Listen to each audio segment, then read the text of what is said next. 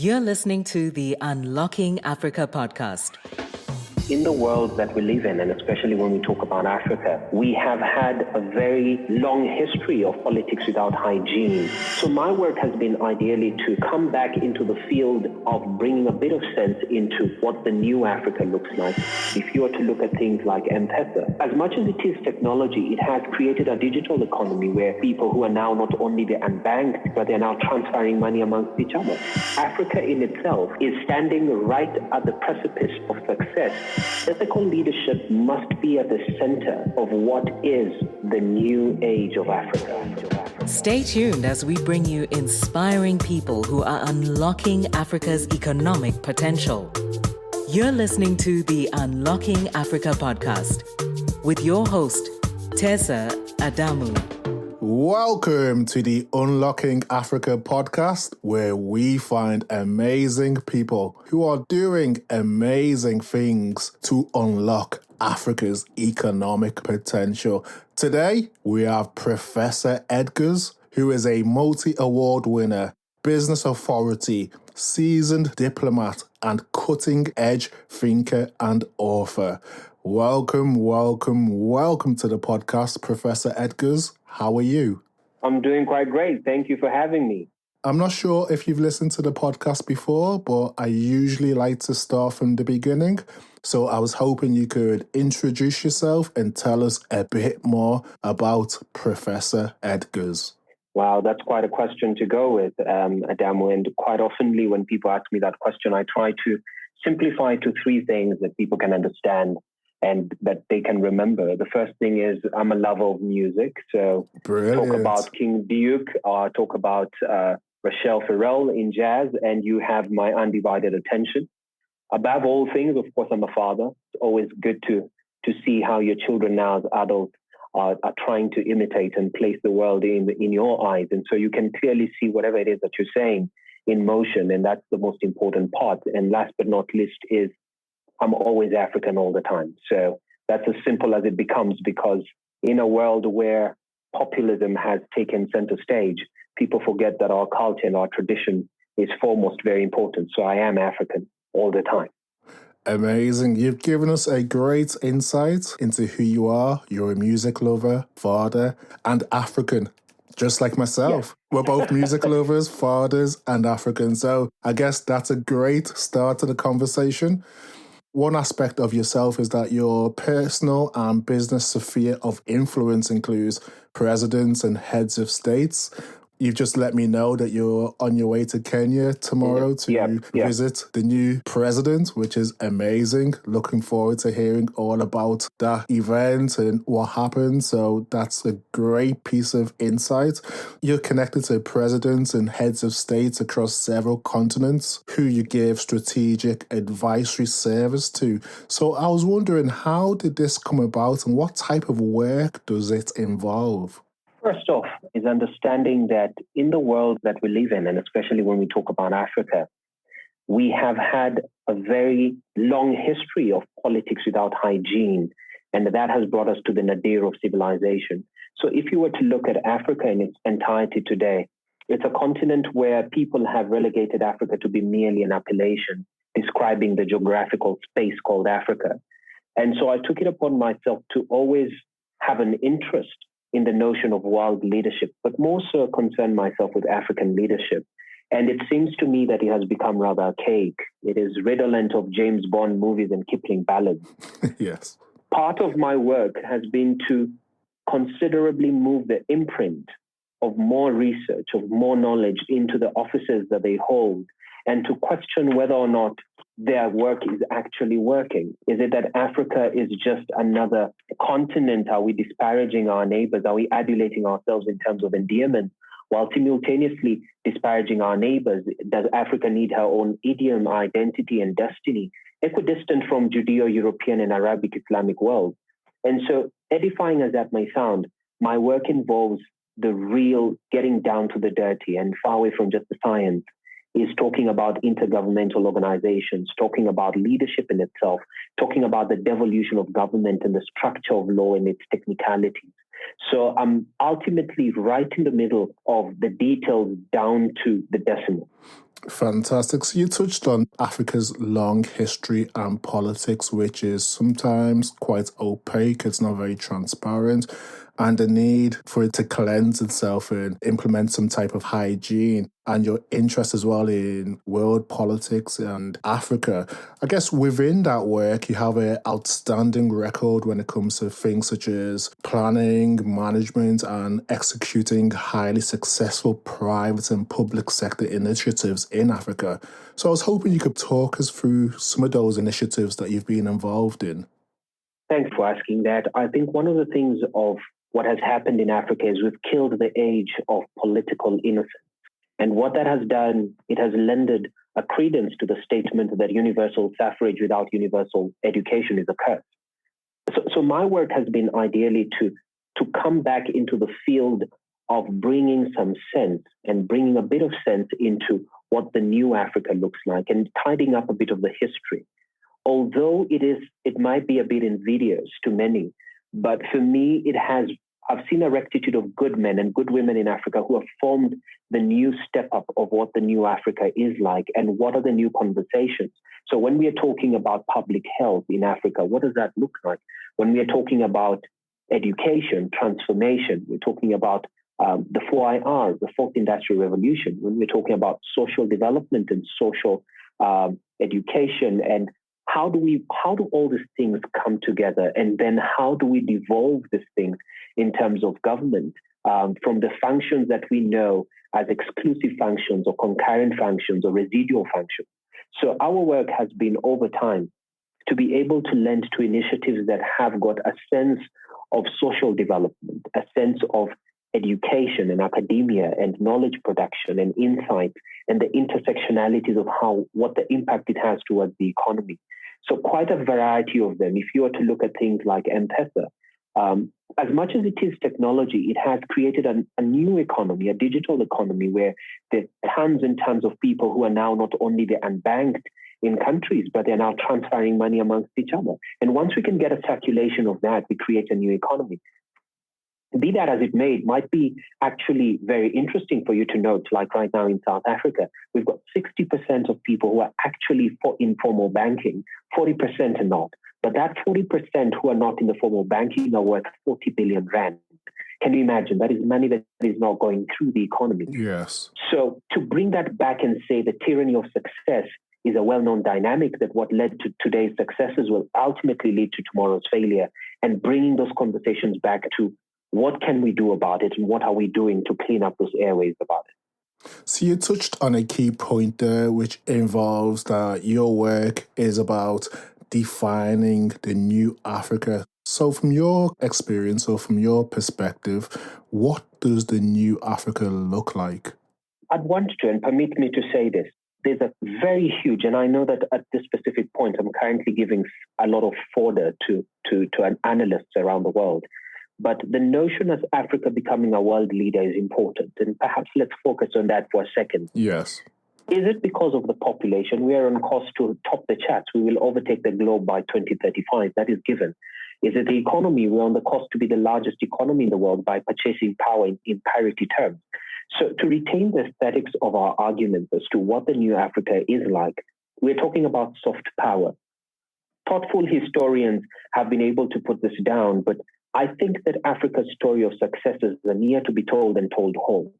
There has been quite a list, and unlike Western democracies, our laws specifically impose reasonable restrictions in the interest of various things.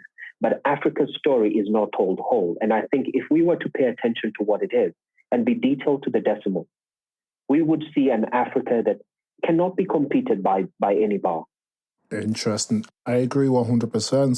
So you did touch on in terms of the soft power that is required to push Africa forward. And I know in previous conversations, you've also talked about how Africans should embrace emerging ways to cultivate a greater sense of purpose and direction in our policy, both domestic and foreign.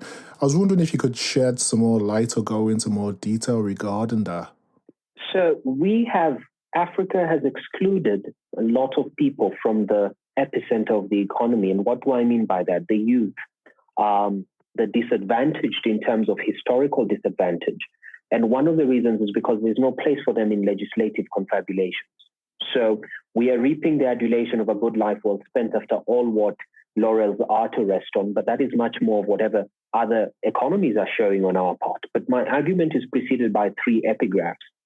The first is that if we are to look at Africa, then we must ask within a sense of purpose that what have we been able to adapt to? In the greater scheme of things, the proposition that Africa is not, as people keep calling it, an underdeveloped continent, but rather in the context of its history, a highly developed one in an advanced stage of decay. The other part is the interpolation. There have been regional economic communities from time immemorial, and nothing is going to change that. But what has been missing, and in terms of how do we then reposition Africa, it has marked the beginning of a reputation of triumph without violence. We have constantly been known, and if you are to look at the news for the last millennium, you will realize that Africa has always been thrown in the middle of wars, if nothing else. But now we are taking a center stage in terms of economies. We're taking high office from the UK to the US. We do have a lot of Africans that are taking that particular part of government and leadership. And so we must tie the history as it should be. The other part is the reinterpretation of what then would be the parallel conventions to our laws. And that's a very heavy topic to go into. But I'd definitely say Africa has been replaced from what was known as men and women with palaces and principalities and 21-gun salutes. And it has clearly descended to a matter of importance where we are not only focused on that, but we are saying, can we transcend any considerations of olfactory inconvenience? Can we transcend the idea of knowledge and its potential power? And that is the new Africa that we must focus on.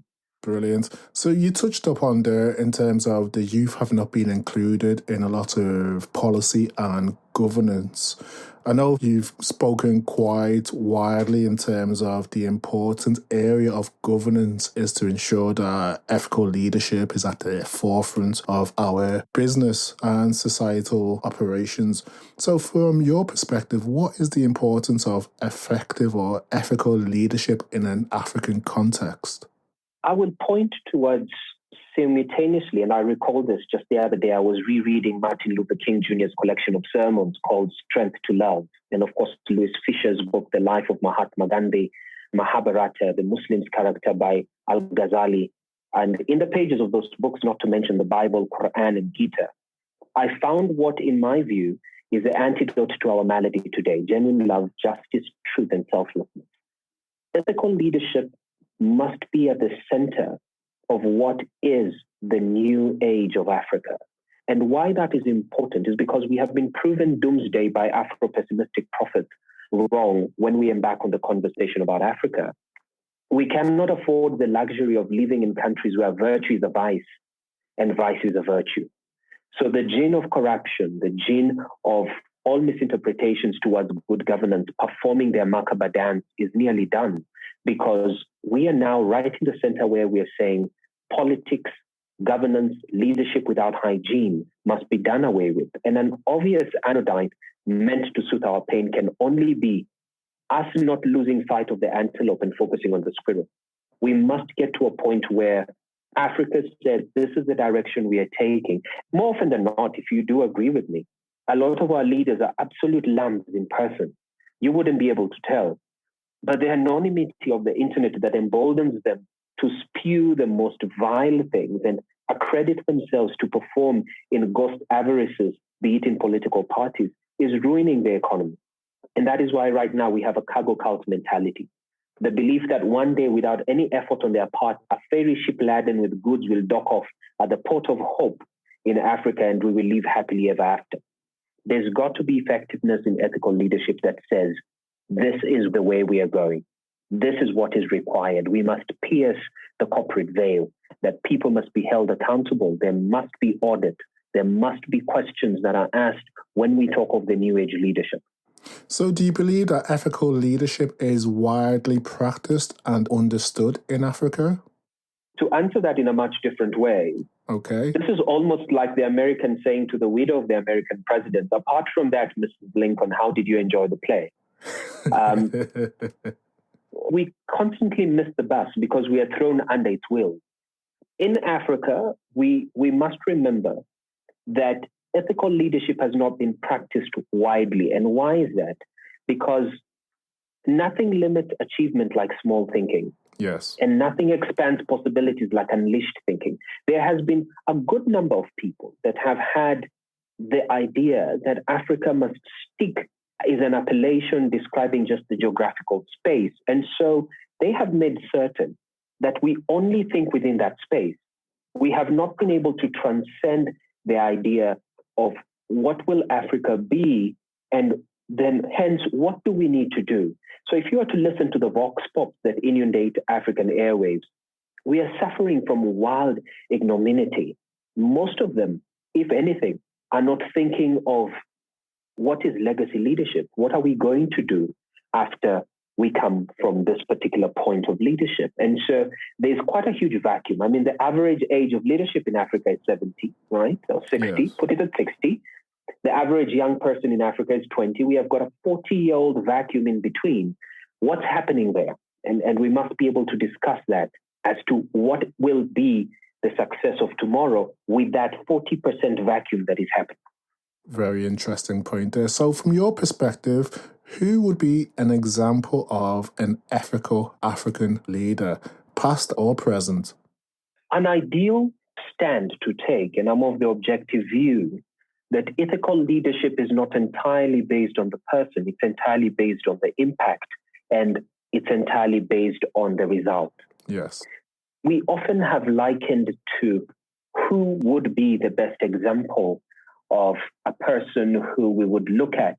But that would be difficult because let's at least introduce a little bit of some irreducible minimums, right?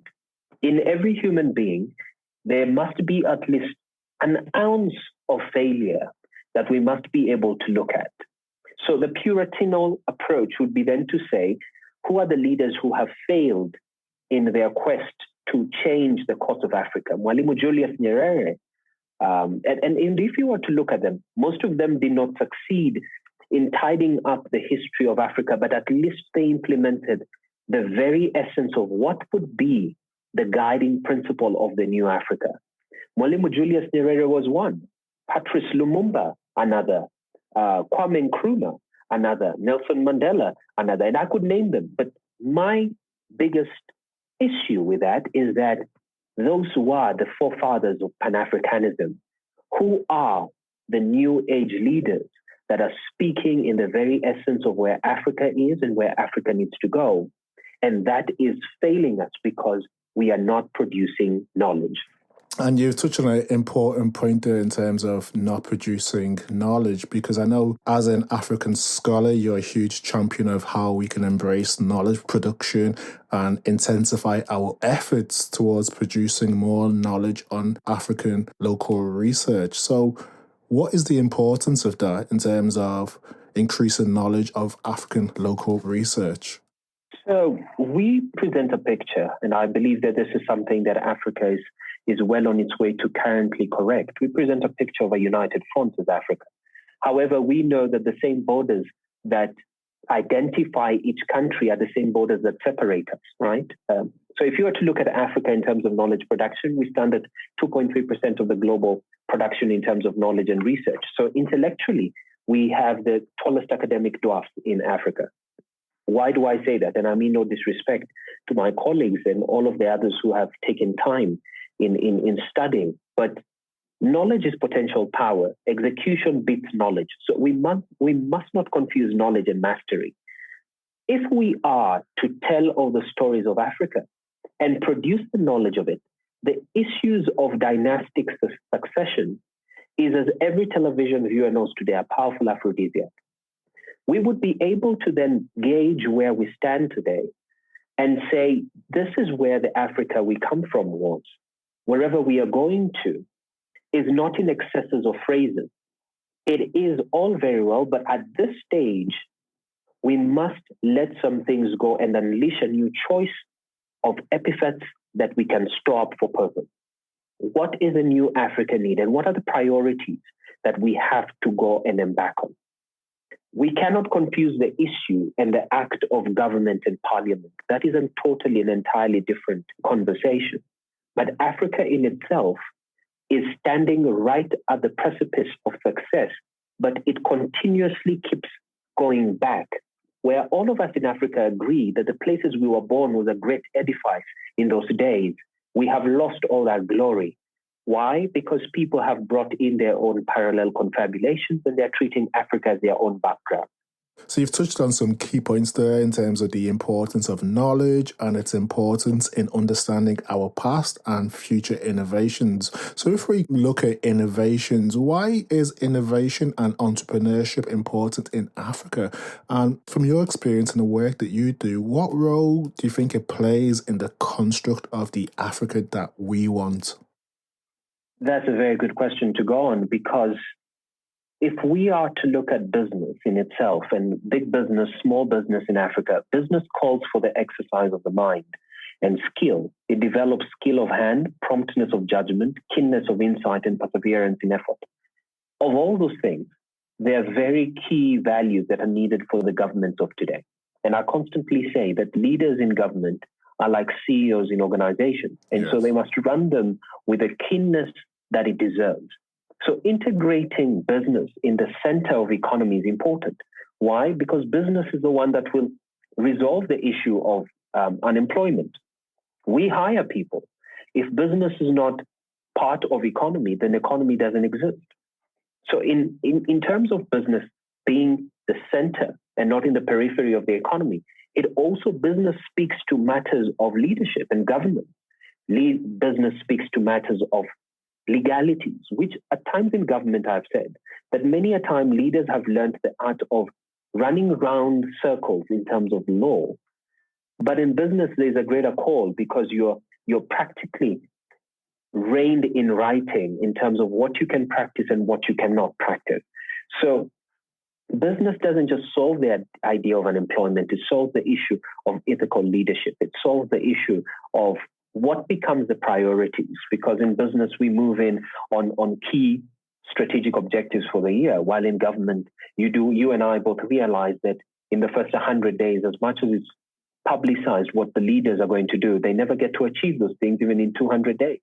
So I do think that business being a center drives then one of the interventions in terms of what are the levers to achieving some of the things that government wants to do. In the other part, leadership, business also attracts a certain essence of leadership. Why? If you were to keenly look at countries where half of the leaders came from a business front, you start to get the sense that perhaps you would close your eyes and sense the fact that some of those leaders indeed are bringing some of their business values into government, and they're integrating what they believe into every single area of their life. So I do believe that business speaks to so many things. It speaks to the idea of the youth, because the imperative is to them needing skills. It brings in the new sense of thinking. How do we expand our possibilities? It brings a sense of developing skills, critical skills that are needed for government. It brings the idea of promptness of judgment. How do we move Africa forward?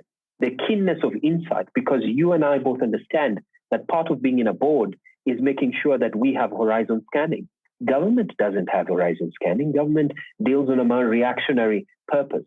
If something happens today, like COVID, you and I would wonder, why were we not prepared? Yes. Okay. In terms of perseverance in effort, it is not only entirely about the benefits and the perks that come with it. People in business are there at the end of the day to solve social issues, a human need.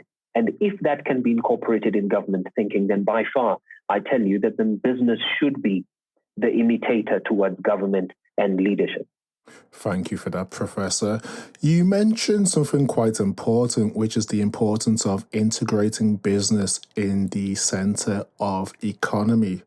So, in Africa, most businesses are run by entrepreneurs, but an area of entrepreneurship that we rarely discuss in Africa is social entrepreneurship. Right. From your perspective, what does that look like in Africa, social entrepreneurship? So on my long list of things to do before I die is to successfully be able to solve a human need that doesn't just perceive of the country I'm in or from the people of choice, but it must speak to the idea of the continent at large. And so we are lost to idea of preoccupation with instant solutions when we talk about social entrepreneurship. Yes. We have a lot of blind faith that if we put in enough effort and money, anything is possible, and an unwillingness and an inability to see the long-range consequences of some of the quick fixes which we are trying. So most people have then said social entrepreneurship must be speaking to what we know as corporate social responsibility, corporate social investment, which now I say it's a lot of confusion, because the narrative as to what is social entrepreneurship must be dictated by certain terms and constructs that are only prevalent in that society. The issues that we have in South Africa are not similar to the issues they have in Sierra Leone, are not similar to the issues they have in Nigeria, and not similar to the issues they have in Egypt. Though we come from one continent, it does not mean by and by that we do have the same concern. And so if we are to articulate a testimony to originality or merit of such, then it must be that social entrepreneurship must be defined by the constructs of the local community and the social imperatives of whatever is happening within that society. It cannot be a blanket question. And so when we say that a specific example, let us solve the issue of female economic empowerment. Can we understand that economic empowerment in South Africa is not the same as economic empowerment in West Africa, and neither will it be the same economic empowerment in East Africa, though it sounds the same. And if we were to use the terminologies in law, context is important. If context is important, then what are the issues that prevail in West Africa? What are the issues that prevail in East Africa and South Africa? We must stop the idea of the wisdom of crowds, the herd mentality that Africa's problems are by any chance the same. The townships we have in South Africa are not similar to the provinces they have in Lagos, are not similar to the counties they have in Kenya. All of this have got very dynamic issues. And if we are to talk about devolution of services, devolution of government, devolution of thinking, then we must speak to the construct and the context at all times. Brilliant. A key point that you raised is that we are always looking for quick fixes, and also the narrative of social entrepreneurship must be determined by the local society. So if we're looking at society and the impact that social entrepreneurship can have, what economic, social, or cultural contribution do you feel social entrepreneurship can have in African economies? I'd want to take that one at a go. And when we speak about what economic, social, or cultural contributions, we must then speak to the identity that we serve in Africa. Yes. We're talking about, we have quite a mosaic of languages in Africa. And if we are to speak to those languages, then we must say that social entrepreneurship, social entrepreneurs and innovation on African economies is part art, part craft, part science. Why? Because we must not only borrow the fact that the assurance of new thinking may say nothing of the practical worth of the content. We have to be able to speak towards those languages. This is a commonality, and I have to speak towards what has happened in the United Nations, what has happened in the regional economies. We ignore the very languages that we stand for. And so now there's a huge conscience that is arising that is saying our languages matter. We must speak to the tradition of Africa. What is it that we practice, and what is it that we do that affects the very idea of analysis and logic, imagination, instinct, attitude, skill, and luck? Because those things are prevalent in innovation today. The reason M-Pesa has succeeded in Africa by far is because when you look at the evolution of banking, it speaks towards table banking, it speaks towards digital currencies, it speaks towards digital economies. However, you have to remember that in those communities that people live in, there has not been anything formal in terms of banking except the banking that we know. You and I know, the checking, the savings, and all of that. Yes. These people have got certain fears of banking. So what M-Pesa did is they then categorically thought, let us re-educate the economy. Let us re-educate the populace into what new age banking would look like, but on your phone. How much more trust can you have than that which you hold in your hand? So it drove bigger numbers than what the banks are reporting if you were to look at their income. We must integrate those social constructs into our idea of innovation today. When we're speaking about things to do with the youth, we must remember that the youth of today in Africa, driven by however much what Western civilization might look like, what Asian dominance might look like, are still in the construct of an African predominant thinking. We must remember that as we drive innovation, there is patriarchal issues, there is institutional issues that have existed in Africa. And so we must incorporate that. Otherwise, we have too many good ideas that are dying quick. Why? Because we do not factor in these thoughts. And so the prescriptions that many are quick to follow when they hear about innovation is Africa. If you were to look at Thomas Peters' 1982, and he spoke about the 8 things in search of excellence, or James Collins' 1994, when he spoke about the 9 things from built to last, or Michael Tracy in 1995, when he spoke about the 3 things from the discipline of market leaders, Jim Collins, 2001, the 7 things from good to great, Jim Collins, 2011, the 6 from great by choice, Michael Consumo, 2010, the 5 from staying power, William Joyce, 2003, the 4+2 of what really works, Vanguard Management, the 7 things, the 9 from the agenda, the 4 principles of enduring success advocated by Christian Stadler in a Harvard Business Review article, the 3 rules for making a company truly great by Michael Rayner in the Harvard Business Review article. We are quick to always postulate whatever it is that has been said in other articles. But you and I can right now argue, what are we saying about our African authors? Very true. What is it that we are referring to from the greats of Professor Callistus Juba, who's in Harvard, Professor Ngugi Thiong'o, Professor Stella Nkomo? We are not referring to knowledge in Africa. And that is why, for as long as we will continue to imitate rather than develop, we are left with a huge idea as to the tyranny of numbers. We are left to be both the judge and the jury until such a time that we must be able to transcend the thought of the wisdom of crowds and get to a point and say, Africa is not driven by what is happening in the West. We are driven by the things that are important to us, and this is what they are. Amazing, amazing, amazing. So you've given great insights into the innovation and contribution of social entrepreneurs and the contribution of African knowledge.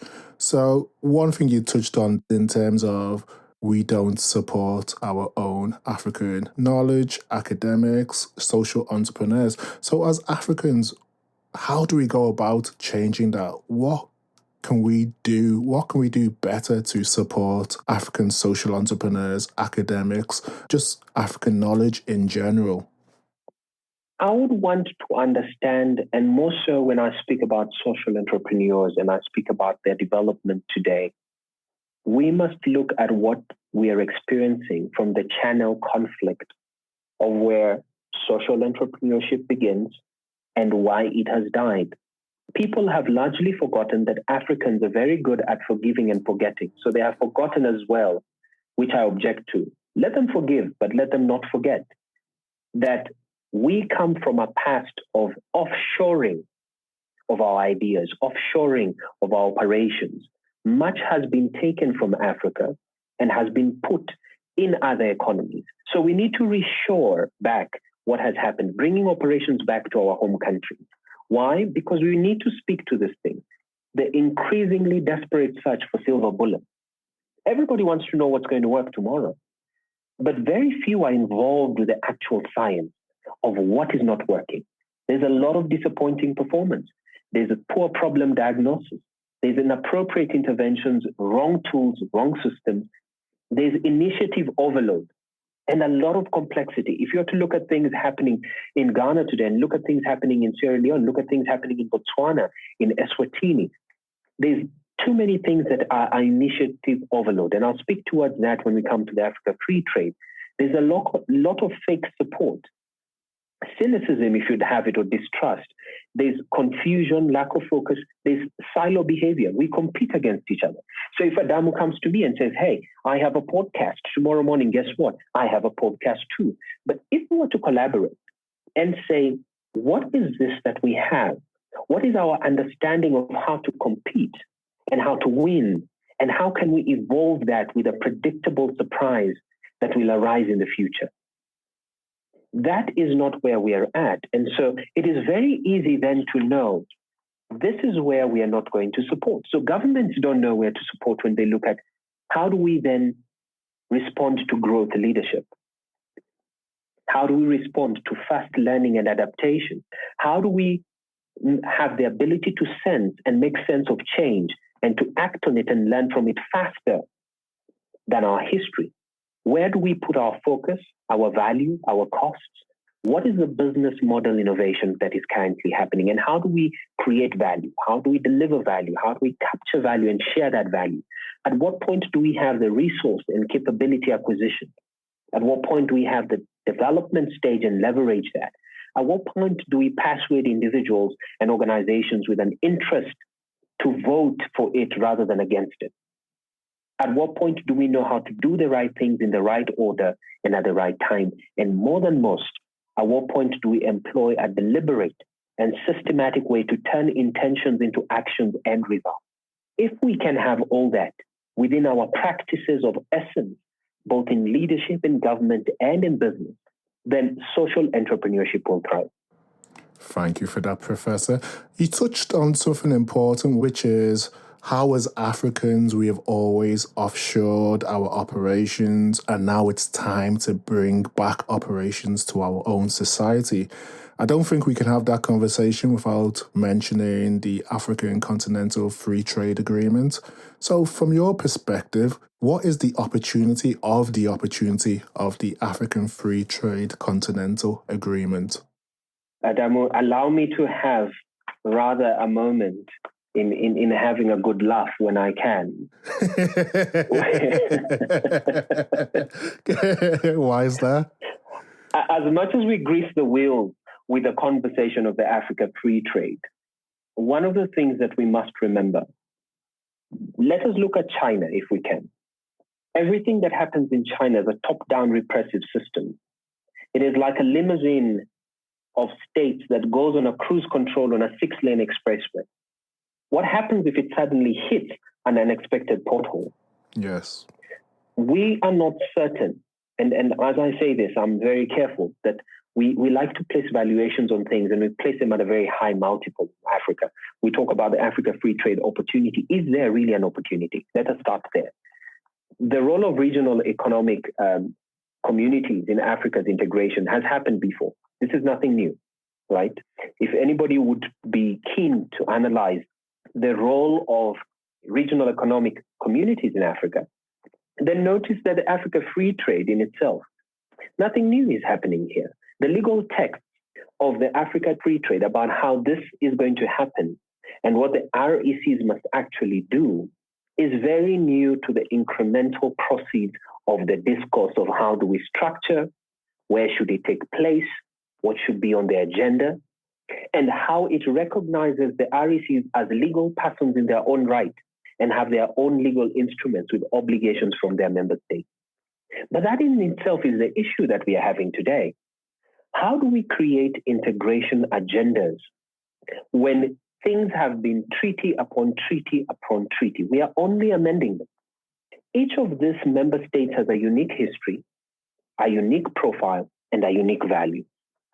Do we borrow this within the Africa Free Trade? The RECs are not party to the Africa Free Trade Agreement. If you were to note that, member states of the RECs are also Africa Free Trade State parties. So to enforce that and to bring economic integration in Africa is a member-driven process. So that individuality is important. What does that then mean? The opportunity only exists if we can qualify what is the role and specific principles of each member towards the free trade. Not the origins of home, and we're not going to go into that, not the building blocks for the Africa Treaty, not the variable geometry. not the preservation of the acquis, not the reciprocity, not the consensus in decision-making and the best practices. This has been done before. Whatever binds the African Union, binds the state parties, binds the RECs, and more than anything, what bound the Organization of African Unity is nothing new to us. What we must then question is we must carefully weigh interests and benefits of each member state and what it's going to bring to the table. Because only then can we hold them accountable and say, what is the opportunity today? But if I were to ask you today, you have not yet had an opportunity to see anything further than this is who is responsible for the effective implementation and enforcement of the Africa Free Trade Agreement. You've raised some very interesting points there. You mentioned how obviously free trade in Africa is not new. We've had directs for decades, many years, and the implementation and integration is member-driven. So yeah, as you touched on there, the success of AfTA depends on the collaboration of multiple stakeholders to reduce things such as red tape and to simplify customs procedures. So on a personal level, what is our contribution as Africans? What needs to be done and what potential outcome do you think is realistic? Adamu, it has always been known, and perhaps I will use our African anecdotes because that is where I come from. Yes. The car can never outrun the ground. We must form a neat architecture, if anything, as to what is the long-standing feature of our regional integration landscape. The members of the RECs that are not yet FTAs, and by that I mean free trade areas, and belong to REC configuration, how are we going to understand and how are we going to make an important idea that their views do not overlap REC membership? How are we not going to duplicate trade governance measures?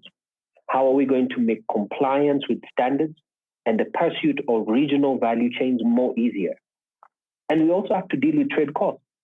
As much as we like the ambiguity of the English in it, and like I said before, we are tied in high multiples.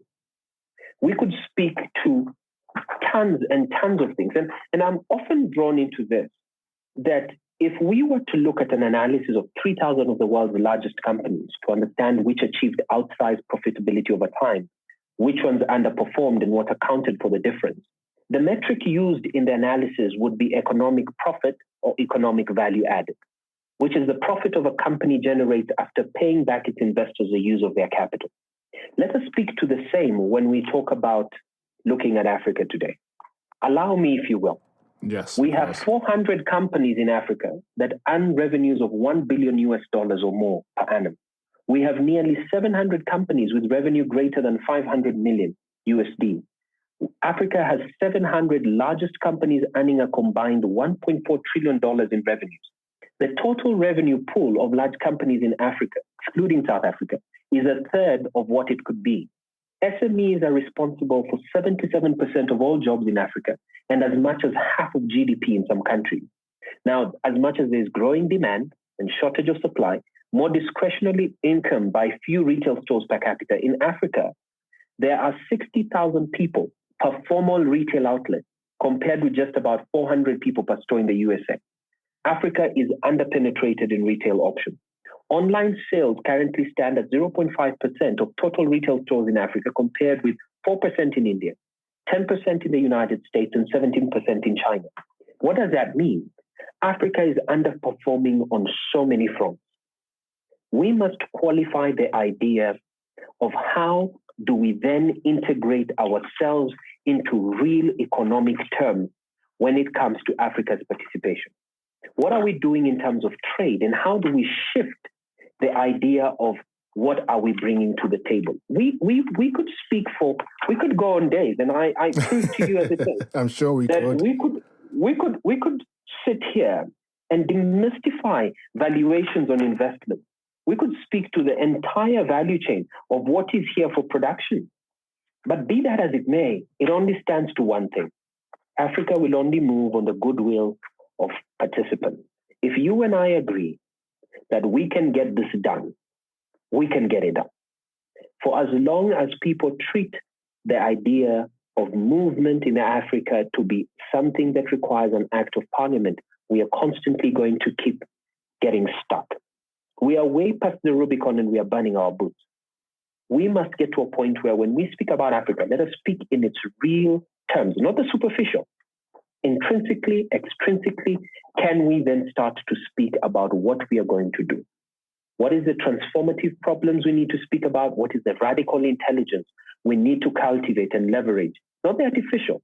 What is the scalable relevance? What is the knowledge democratization? What is the collaborative ecosystems that we need to speak about? I agree 100%. I think it's quite clear that you're extremely cautious or pragmatic about the contribution that Africa can make towards the wider African economy. So if we focus on, say, social entrepreneurship and social development, what contribution can Africa make in those areas? I hold the objective view that much of what has been told about the participation of the Africa Free Trade in the general objectives, which are in Article 3, to resolve the challenges of multiple and overlapping members and expedite the regional and continental integration process. It is important to open those borders. It is important that we can only solve our problems for Africa, by Africa, and that should be the agenda of talks about the future of the Africa Free Trade. Many would want to circumvent this conversation you and I are having, Adam, when they would speak in numbers. And like I said before, people want to talk about an aggressive return target of inflation plus 7%. You would tend to need between 35% to 40% offshore. A return target of inflation plus 6% is more in line with a typical balanced trend with around 30% offshore. We cannot dictate numbers when we come to Africa, especially if the focus is wrong. For us to know where we are going to, it is important to know where we come from and where we are. And that divide is not easy for us to talk about for as long as Africa has not yet sat down to qualify the statement of what is social entrepreneurship today. We all have different things. We have accepted responsibility for sensitive political matters such as regional stability. We have demonstrated that Africa needs assistance in efforts to restore its own pro-democracy. We have insisted that protocol systems will promote peace and security within our areas, so stability is important. We have insisted on a common foreign policy. We have insisted on cooperating and breaking down of law and order. But that we are not a homogeneous set of regional integration arrangements. We pursue similar but often also dissimilar objectives. And I'd point you then to, if you are a Puritan of literature, where it is said in a marriage of convenience, though you sleep in the same bed, you are of different thoughts.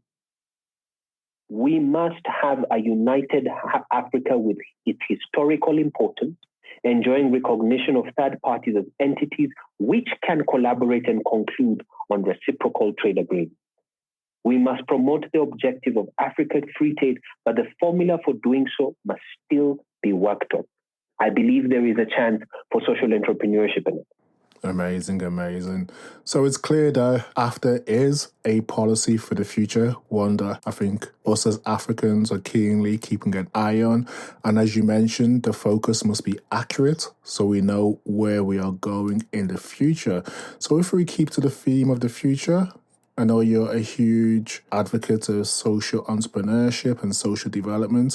Where do you see social entrepreneurship and social development in Africa in 5 years' time? The fact that you and I, Adam, were having this conversation means that in 5 years' time, we should be able to have a different conversation. Brilliant. I like that. As Tom Lehrer said in the famous lyric, "The Lord's our shepherd," says the song, but just in case, we better have a bomb. We are in the buying perpetuity. We have the regime insurance, if you like, that if we are to push the agenda of a united Africa, the central argument being the story of Africa must be told and told whole. And maybe the actors in this case might not be as irrational as they may seem, but that being the center and the focus of it, then you and I in 5 years will be speaking about the conversion of not just where the position of social entrepreneurship is, but the good it has done, the impact it has created, the results, the interventions that it has spoken to, and why social entrepreneurship has become the lever towards the social maladies that we have in Africa. We can solve these issues, but we must start discussing where did we go wrong? Why did we go wrong? And how do we solve these concerns by ourselves? They cannot be solved by the people who are not here. That's an extremely profound, knowledgeable, and insightful vision of Africa in the next 5 years. So if we look closer to home, where do you see yourself in 5 years' time? What will Professor Edgars be doing in 5 years' time?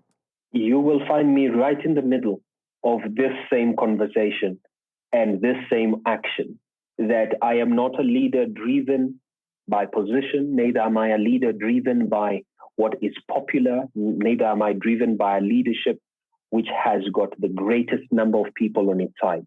I am driven by the impact of society, the positive as it may be. I am driven by the delivery of the basics. I would love to talk about all issues that are happening in the world, but for me, there are basics that we must speak to towards Africa. And while that is said, I equally feel the need to take into account the various apologia for the businesses that have articulated by otherwise thoughtful historians that in the next 5 years, a dream in itself could be just a dream. But I argue that if we are to start in developing Africa, we must tidy history. And in Professor Ferguson's memorable words, that will be a jolly good thing with a capital J, capital G, and a capital T. I will reasonably summarize that Africa will always find a space, and I want to be as important to Africa as Africa is important to me. I'm extremely optimistic about the future of Africa, having young Africans such as yourself in the driving seat, pushing the continent forward. So that's great to hear. Quote of the week. As people, we often have quotes, mantras, proverbs, or affirmations that keep us going when times are challenging or even when times are good. Do you have one you can share with us today? Wow, Adamu, you ask the toughest question. Do I have one? Do I have 50 of them? Give me a top 2 or 3. I think my best of all times would be nothing succeeds like success. You can try and sanitize that conversation 100 times, but nothing succeeds like success for me. And the other is, it would be a shame to die without making a major contribution to humankind. We are our own greatest critics, but be that as it may, Africa needs solutions, and those solutions will only come by a few people stepping up and saying, we want to be part of the answering of what Africa is. And we are humbled by the opportunity to be in the middle of it all. Africa, at one point, they could say that leadership and politics was the lifeblood and at once the mother's milk of human affairs, and that cannot be denied. But right now, there's a new age leadership that is taking over, and that new age leadership must then speak towards accountability, ethical leadership, and transcend the conversations that have happened for the last 40 to 50 years of different historical patterns. As we are coming to the close of the conversation, it's been an extremely informative, insightful conversation. I've actually taken away so much information and knowledge from today. So thank you for that, Professor Edgars. But before we go, do you have any closing remarks, final calls to action for people who are interested in the work that you do, or just interested in general in terms of social entrepreneurship, social development in Africa? I think the bigger part of the dialogue that we must seek to solve is not entirely just the idea of social entrepreneurship, social development, is the idea of social citizenship. And if the recommendations of social citizenship are that we are developing a viable social economy, then my parting shot would be that we must seek to create a modicum of economic welfare and security to the right to share to the full social heritage and to live the life of a civilized being according to standards prevailing in society. We must respond to the clarion call of our forefathers of Pan-Africanism in saying that Africa in itself is important. And for us to play a part in that, then we must start to seek the promise and reality in creating a shared identity towards creating and realizing social citizenship. If we can do that, Africa will no longer just be an appellation. We are worth conquering in terms of sitting on a table and saying to the rest of the world that Africa has answers of its own. Africa has got its own critical skills. Africa has got its own people. We cannot lose young people to bigger economies while ours fail. We must be the ones to come back and say, though we have learned from the greatest, we will implore all of the Africans to start putting solutions into our Africa. We are all united. We are brothers and sisters in everywhere. And for those who would like to read more of my work, they can find it in so many different platforms. But more than ever, it has been only a pleasure and an honor in being in this particular podcast. And great stuff you're doing, Adamu. This is what we need to do. We need to be detailed to the decimal in the conversations we're having today. Thank you. Amen. Amen. What a way to close today's conversation. What an amazing conversation that was. As I say, knowledge on knowledge on knowledge upon even more knowledge. So thank you for taking the time out of your busy schedule to have this conversation today, Professor Edgars. Thank you so much. More blessings and success in the future to you. And thank you. Look forward to keeping in contact and collaborating in the future. Thank you, Adamu. I look forward to that. And we must always remember where we are all African all the time. 100%. Thank you. And we will speak soon. Yes, look forward to that, Adamu. Have a good one. Thank you to everyone who has listened and stayed tuned to the podcast. If you've enjoyed this episode, please subscribe, share, or tell a friend about it. You can also rate, review us in Apple Podcasts or wherever you download your podcast. Thank you and see you next week for the Unlocking Africa podcast.